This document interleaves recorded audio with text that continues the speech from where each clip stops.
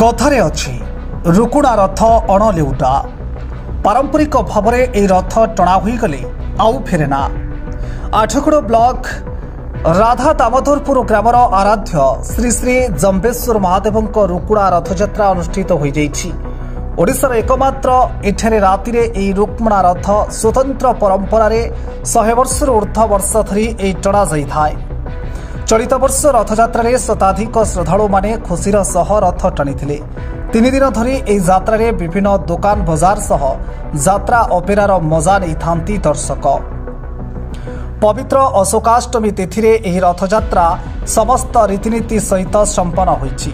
सकाळु पहड़ भिटाठारु आरंभ करी कलश यात्रा 3 धूप 5 अवकाश नीति संपन्न हेबा परे ठाकुर अशोक कुंडरे स्नान करी मंदिर रे प्रवेश करिथांती। मंदिर मध्य समस्त नीतिकांत एवं अभिषेक परे रुकुणा रथरे विजे करती। संध्यारे एक भव्य शोभायात्रा रे ग्रामवासी माने आसी ग्राम मुरबी भागीरथी करंक घर को जाई सेठारे तांको निमंत्रण करिबा सहित गोटिए दिनर राजा भावे अभिषेक कराई विराट शोभायात्रा रे बाण फुटाई ग्राम परिक्रमा कराई थांती।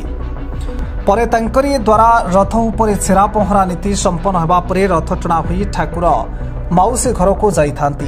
सेठारे स्वतंत्र मांडुआ भोग लागि हेबा परे विमान रे ठाकुर आसी यात्रा पड़िया रे पहुंची थांती। पाखापाखि 200 वर्षर एई अनन्य परंपरा ओडिशार अन्य कोनोसी जगारे देखिबाको मिले नाही। वंशानुक्रमे ए ग्रामर मुरबी भावरे भागीरथी कर रथ उपरे आज को 50 वर्ष धरी छेरा पहरा नीति करि आसुछंती। विश्वास रही ए अशोकाष्टमी तिथि रे अशोक कुंडरे स्नान कले समस्त रोग शोक दूर हेबार सहित बंध्यादोषर मुक्ति मिलता है। ए जम्बेश्वर महादेव पाखरे जे मानसिक करे ता पूर्ण होता है बोली जो विश्वास रही सेथिपाई हजार हजार श्रद्धालु माने ए यात्रा रे रथ टाणी थांती। आमे वर्ष जाक अपेक्षा करछु कोदरे दिन आसीबो। ए दिन को आमे वर्ष काल गणुछु। ए गोटे एबडी माहौल आम गाँव समस्त अधिवासी आबाल वृद्ध वनिता एक उत्सव भाव में पालन करते।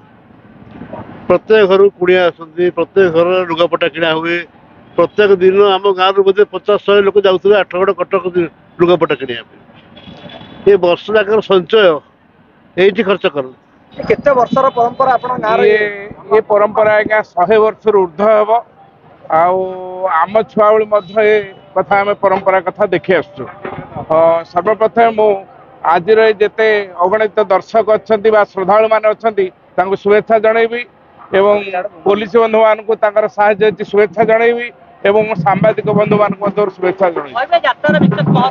महत्व है आपण मैंने लिंगराज महादेव यात्रा जानते अशोकाष्टमी पड़े से रथ राति टणा दिन बेले टणा बेले आमर विशेषत्व होची जे राति टणा हुए एवं आज 5 तारिख 5 तारिख रु 8 तारिख पर्यंत ये यात्रा लगी रहिबो।